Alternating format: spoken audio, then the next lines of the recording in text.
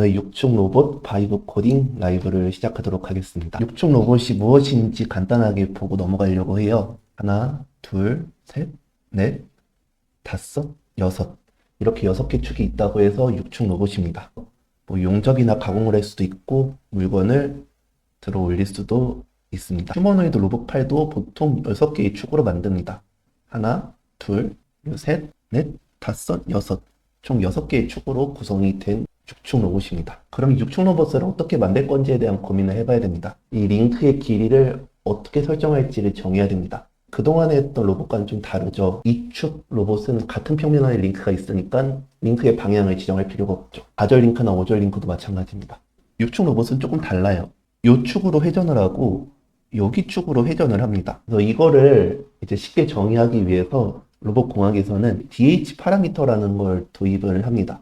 이 링크의 길이랑 위치 관계를 이제 표로 정의를 한 거예요. 이 DH 파라미터를 이용해서 이 링크의 크기, 위치를 결정을 할 겁니다. DH 파라미터가 들어가 있죠. 이 값들을 바꾸면 이 링크의 길이가 변합니다. 이 각도를 바꾸면 이제 링크의 방향이 바뀌죠. 1축을 움직이면은 이제 회전을 하죠. 이 로봇 좌표계는 데카르트 좌표계를 따르고 있습니다. 이 1축, 2축, 3축, 4축, 5축, 6축에 따라서 지금 X, Y, Z 롤 PTO가 열심히 바뀌고 있습니다. 이게 정기과학이고요. X축이 변하는 와중에 조인트 1부터 6까지 각도값이 계속 바뀌고 있죠. 역기과학입니다. 이 기능을 넣을 거고요.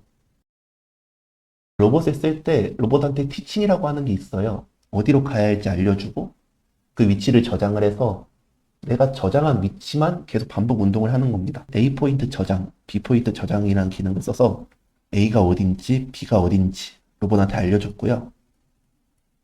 저장 기능만 있으면은 이전에 저장한 위치가 어딘지 사용자가 까먹을 수 있기 때문에 그 저장한 위치로 갈 수 있어야 합니다.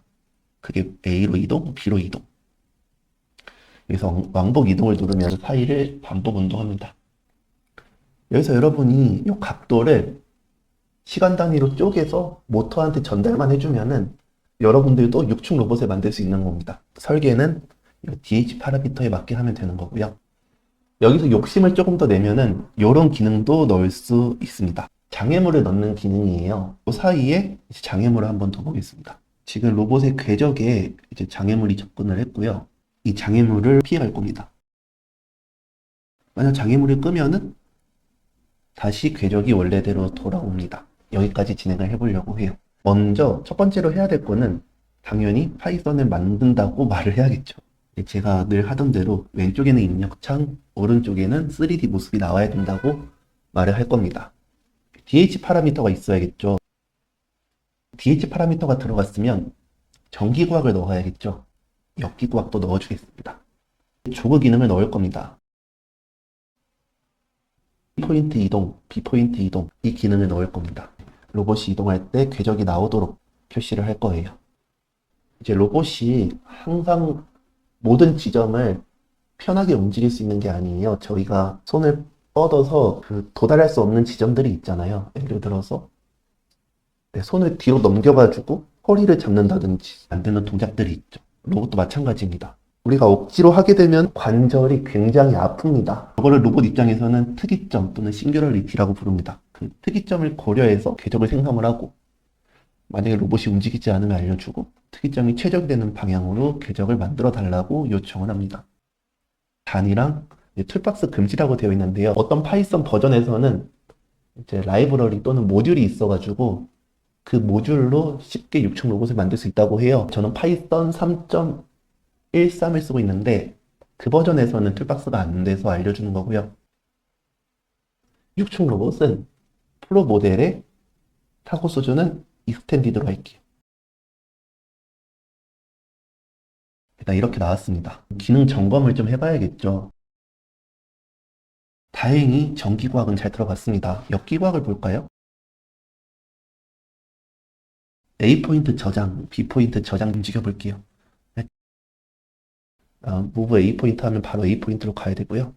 move B 포인트, 다음 왕복 운동 했을 때 이 값이 계속 변합니다.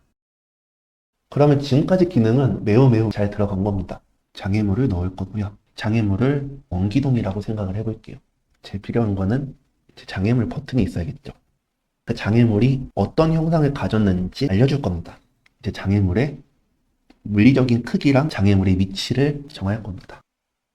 마진에 관련된 건데요. 그 로봇이 장애물을 피한다고 해서 장애물을 긁고 가면 안 되겠죠. 장애물이 있을 때 장애물 바깥으로 테두리를 걸어서 그 장애물의 바깥쪽을 피해 가도록 하는 기능입니다. 여기 보면은 이렇게 둘레가 쳐져 있죠. 그 마진 값을 넣어 줄 거예요. 특이점을 고려하고 한 번 더 알려줍니다.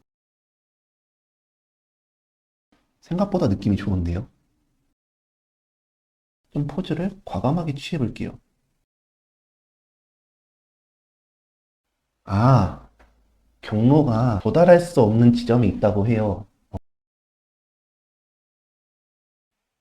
아마 특이점 계산이 조금 과하게 들어간 것 같습니다. 일단 확대를 좀 해봤고요. 장애물이 들어가면은 경로가 바뀝니다. 한 가지 아쉬운 거는 마진을 고려하지는 못하는 것 같아요. 여기에 성공하면 라이브는 끝날 것 같습니다.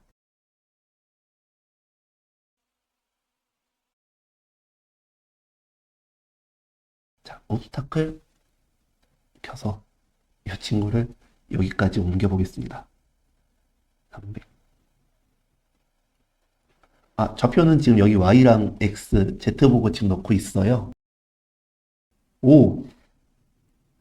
와, 여러분 성공했습니다. 여러분. 잘 피해가죠.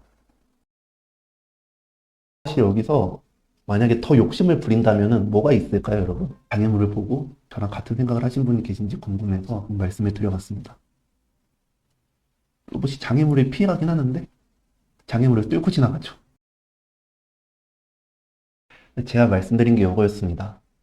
이렇게 움직여야 장애물을 피하는 거죠. 혹시 궁금하신 거 있으면 댓글로 남겨주시고요. 지금 저희 여기다가 뭐 행렬을 얘기하지도 않았고요. 그러니까 DH 파라미터에 전기구학, 역기구학, 장애물이 있고 조거 기능이 있고 그거를 그냥 단지 얘기를 했을 뿐입니다. 그렇다고 해서 코드에 행렬이 들어가지 않은 건 또 아니에요. 행렬 계산이 다 되어 있어요. 오늘은 6충 로봇 시뮬레이터를 1시간 20분 동안 저랑 만들어 봤는데요. 라이브는 여기서 종료를 하고요. 저는 다음 시간에 찾아뵙도록 하겠습니다.